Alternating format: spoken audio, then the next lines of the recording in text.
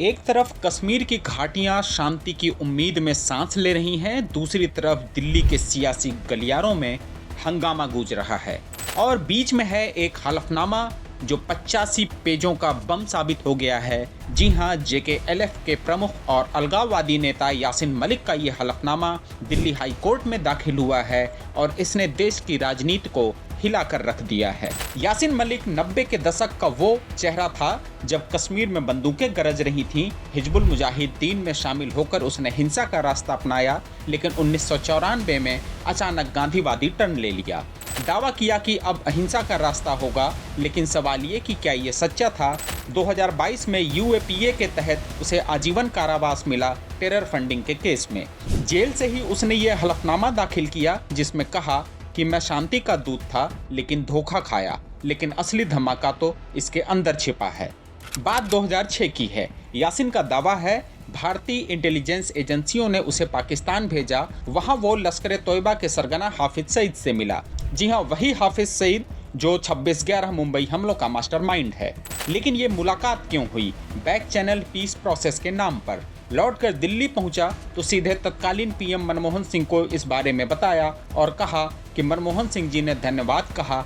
यासिन के शब्दों में, PM ने मुझे कश्मीर आंदोलन का अहिंसक पिता कहा। यासिन का कहना है, मैंने यूनाइटेड जिहाद काउंसिल के लीडर से भी बात की। ये सब कुछ सरकार के इशारे पर हुआ।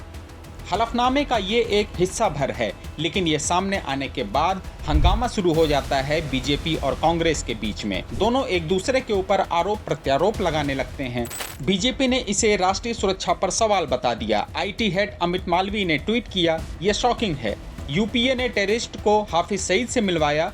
मनमोहन सिंह ने थैंक्स बोला। ये बैक चैनल डिप्लोमेसी थी या देशद्रोह? यूनियन मिनिस्टर प्रहलाद जोशी ने तो तंज कसा। यासिन को PM हाउस में बिरयानी खिलाई जाती थी।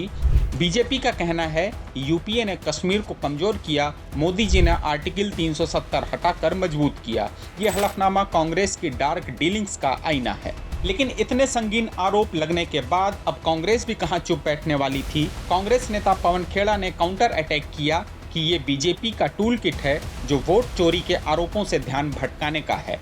कांग्रेस ने कहा, शांति के लिए हर PM ने स्टेक होल्डर्स से बात की। तो बीजेपी बताए 2011 में RSS ने यासिन से क्यों मिलना किया, विवेकानंद फाउंडेशन से क्यों मुलाकात हुई, अटल बिहारी वाजपेयी ने पासपोर्ट क्यों दिलवाया, तो क्या ये सब लोग देशद्रोही थे? अजीत डोभाल से मीटिंग हुई तो क्या वो देशद्रोही हैं? सियासत का ये पिंग पोंग मैच तो बिहार चुनाव के बीच और गर्म हो गया है। दोनों पार्टियां एक दूसरे के पुराने घाव कुरेदने पर लग गई हैं। तो अब आखिर में सवाल ये कि यासिन मलिक ने वो कौन कौन से नाम लिए हैं जिसके बाद इतना हंगामा मचा है। ये लिस्ट बहुत लंबी है।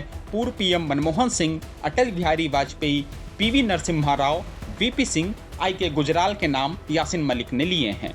इसके अलावा इंटेलिजेंस चीफ्स में अजीत डोभाल, MK नारायणन, ब्रजेश मिश्रा, श्यामल दत्ता, संगठन में RSS लीडर्स और शंकराचार्य भी शामिल हैं। यहाँ तक कि बिजनेसमैन धीरू भाई अंबानी का फ़ोन कॉल भी यासिन मलिक ने अपने हलफनामे में बताया है।